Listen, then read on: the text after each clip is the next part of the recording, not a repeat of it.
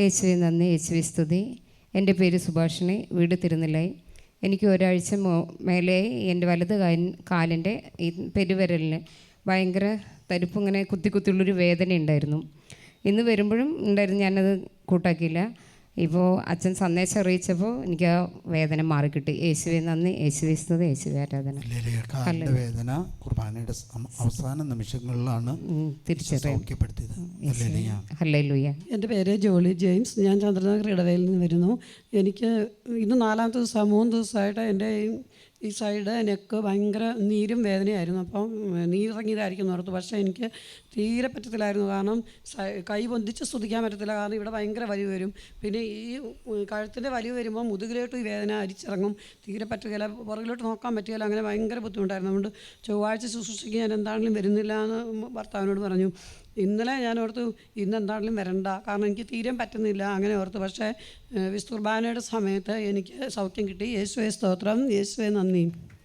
കഴുത്തിൻ്റെ വേദനകളെല്ലാം പരിശുദ്ധ കുർബാനയുടെ അവസരത്തിൽ കർത്താവ് സൗഖ്യം. ഏറ്റവും കൂടുതൽ സൗഖ്യം കിട്ടുന്നത് പരിശുദ്ധ കുർബാനയിലാണ്. എൻ്റെ പേര് ജയശ്രീ, ഇടത്തറയിൽ നിന്ന് വരുന്നു.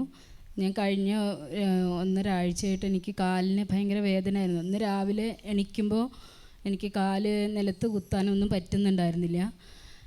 വളരെ ബുദ്ധിമുട്ടായിരുന്നു. ഞാൻ ഇന്നലെയും മിനിഞ്ഞാന്നും എനിക്ക് ഇവിടെ വന്ന് പ്രാർത്ഥിക്കാനും കഴിഞ്ഞില്ല. അപ്പോൾ ഞാൻ ഈ വീട്ടിലിരുന്ന് പ്രാർത്ഥിക്കുന്നുണ്ടായിരുന്നു.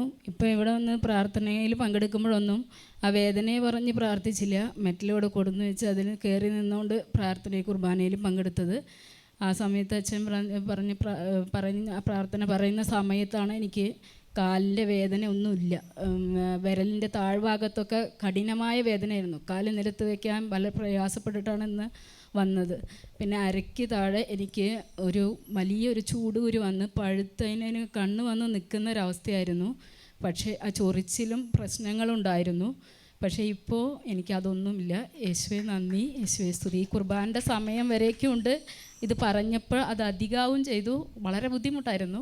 പക്ഷേ ഇപ്പോൾ കുർബാന തീർന്നതോടുകൂടെ എൻ്റെ അതെല്ലാം മാറിയിട്ടുണ്ട്. യേശുവേ നന്ദി. യേശു ഒന്നും സ്വീകരിച്ചവനല്ല, യേശു ഉള്ളതെല്ലാം കൊടുത്തവനാണ്. നമ്മളെല്ലാം സ്വീകരിക്കുന്നവരാണ്, യേശു കൊടുക്കുന്നവനാണ്. ഹല്ലേലൂയ.